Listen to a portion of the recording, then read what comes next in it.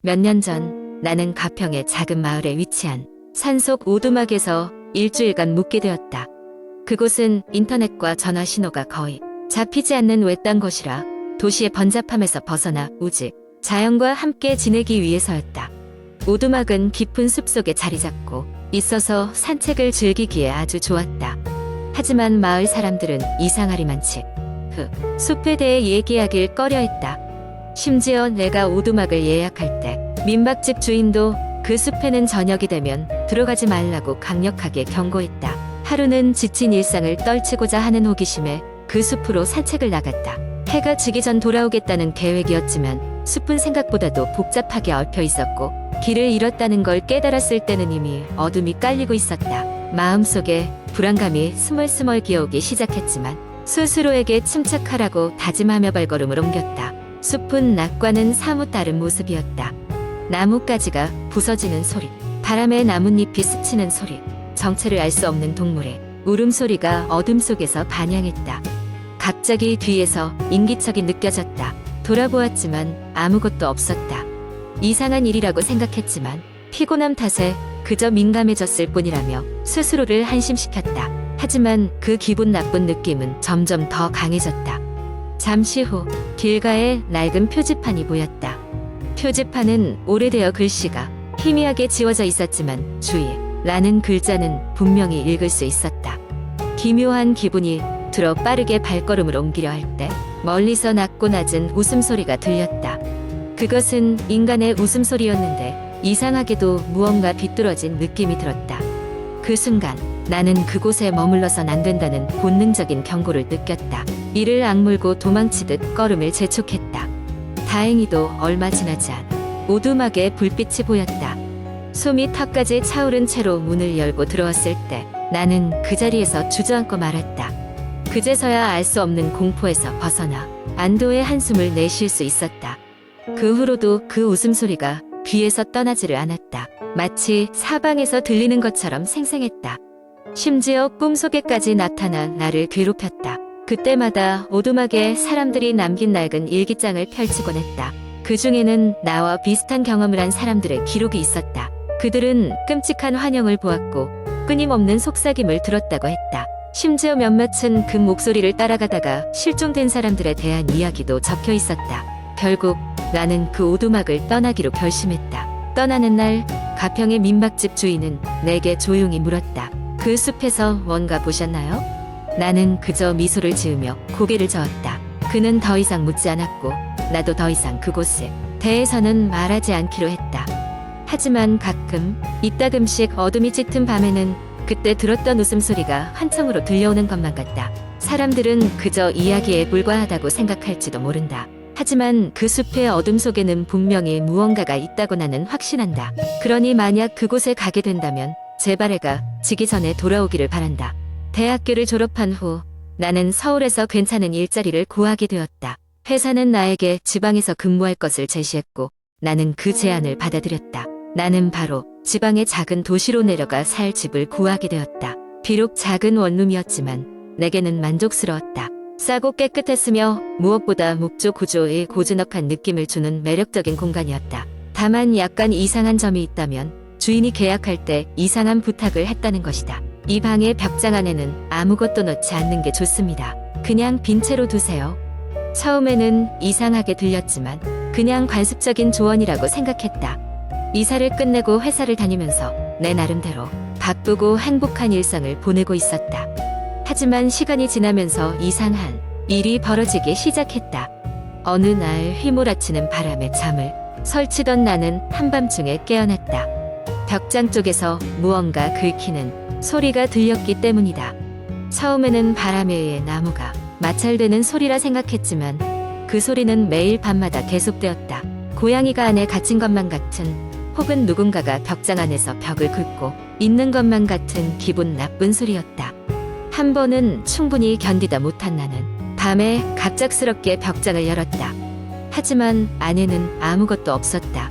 그럼에도 불구하고 그 소리는 매일 밤마다 계속되었다. 결국 나는 이삿짐을 정리하면서 벽장에 아무것도 넣지 않았던 이유가 걱정되기 시작했다. 불면증은 내 삶을 피로하게 만들었고 결국 나는 그 지역의 사람들에게 이 집에 대한 이야기를 물어보기로 했다.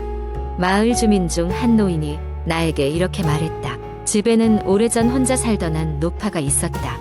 그 노파는 사람들과 잘 어울리지 않았으며 결국 집안에서 오래 방치된 끝에 쓸쓸히 죽음을 맞이했다는 것이다.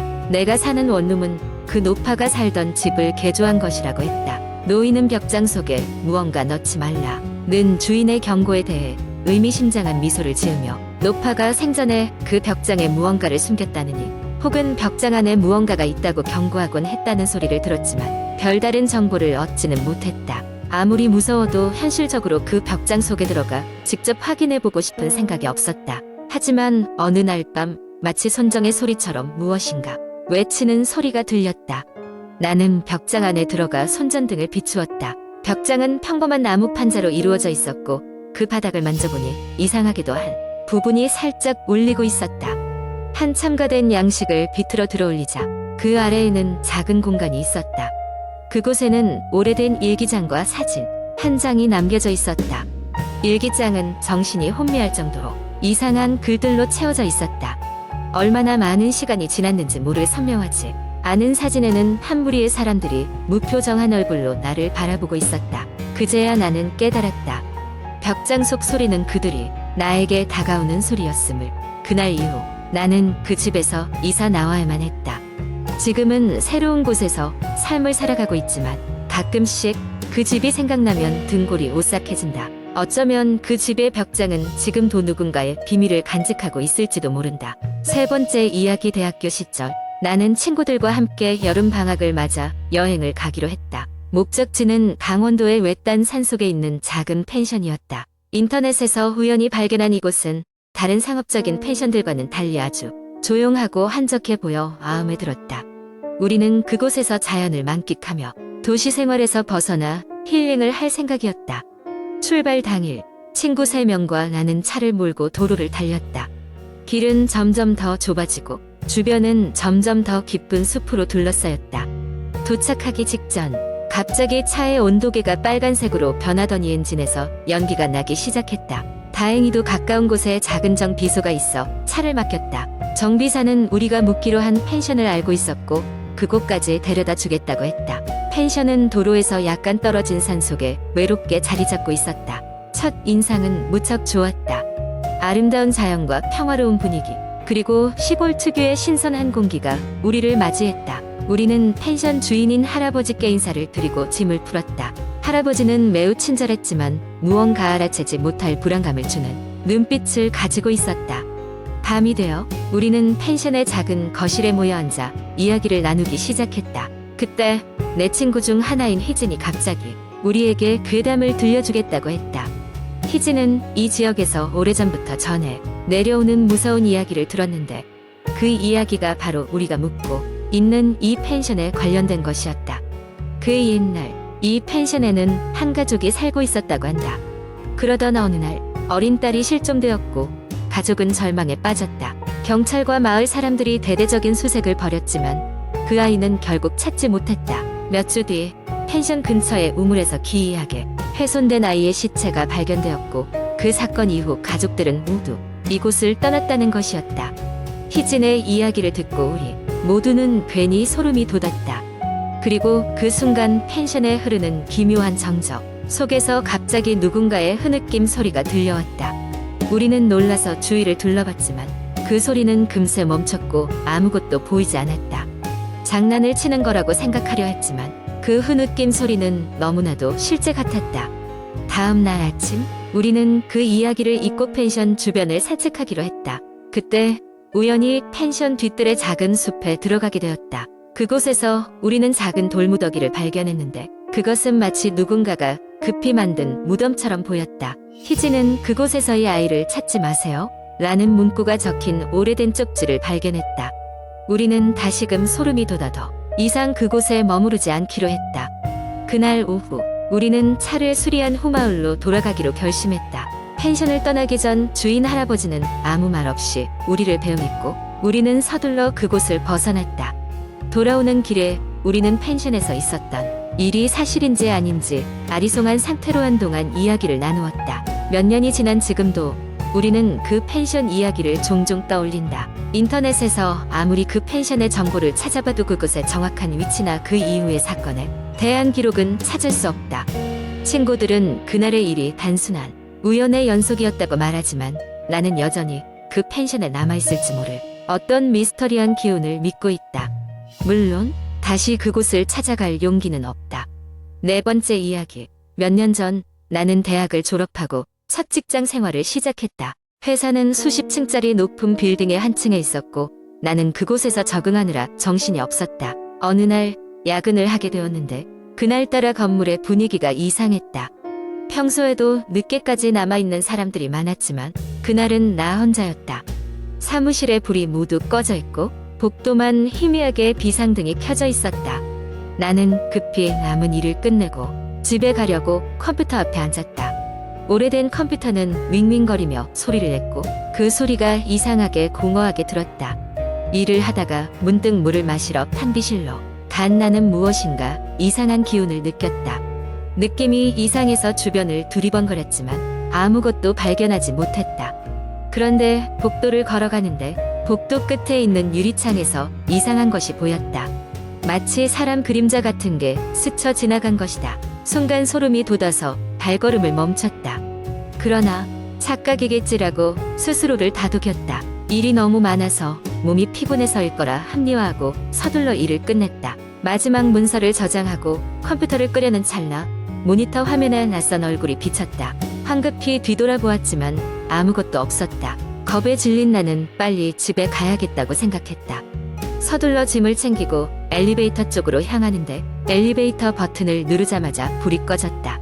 순간 정적이 흘렀고 나는 심장이 쿵쿵거렸다. 어찌할 바를 모르고 있을 때 엘리베이터 문이 열렸다. 플랫폼 안은 어두웠고 불안한 마음에 들어가는 것이 꺼려졌지만 이곳에 더 머무르고 싶지 않았다. 그런데 엘리베이터 안에 누군가 있는 것 같다는 느낌이 들었다.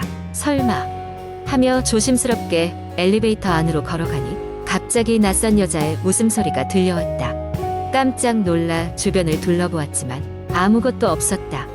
당황한 나는 1층 버튼을 서둘러 눌렀다. 엘리베이터는 천천히 움직였고 나는 눈을 감고 입술을 깨물며 무사히 이 건물을 벗어나기만을 바랐다.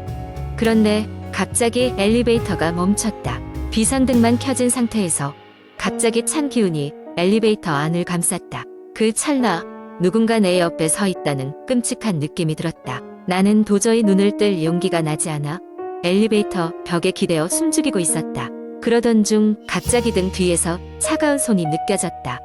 깜짝 놀라 뒤돌아보았지만 여전히 아무것도 없었다. 공포에 질린 나는 비명조차 지를 수 없었다. 다행히도 얼마 지나지 않아 엘리베이터는 다시 움직였고 1층에 도착했다. 문이 열리자 나는 밖으로 뛰어나갔다. 정신없이 달려 건물 밖으로 나와 숨을 고르며 뒤를 돌아보았다. 괜히 쓴 웃음을 짓고 환청이겠지 라고 중얼거리며 겨우 안정을 취하고 집으로 돌아갔다. 그 후 며칠 동안 나는 그 일을 잊으려 했지만 아무리 해도 그 섬뜩한 느낌이 가시질 않았다. 그러던 중 회사에서 이상한 소문을 듣게 되었다. 내가 그날 있었던 빌딩의 층은 사람들이 가끔 이상한 걸 본다고 소문이 나 있었던 것. 특히 그 엘리베이터에서는 사고로 죽은 사람이 나온다는 얘기까지 돌고 있었다. 나는 서둘러 그날 일을 동료들과 들은 이야기로 묻어버리기로 했다.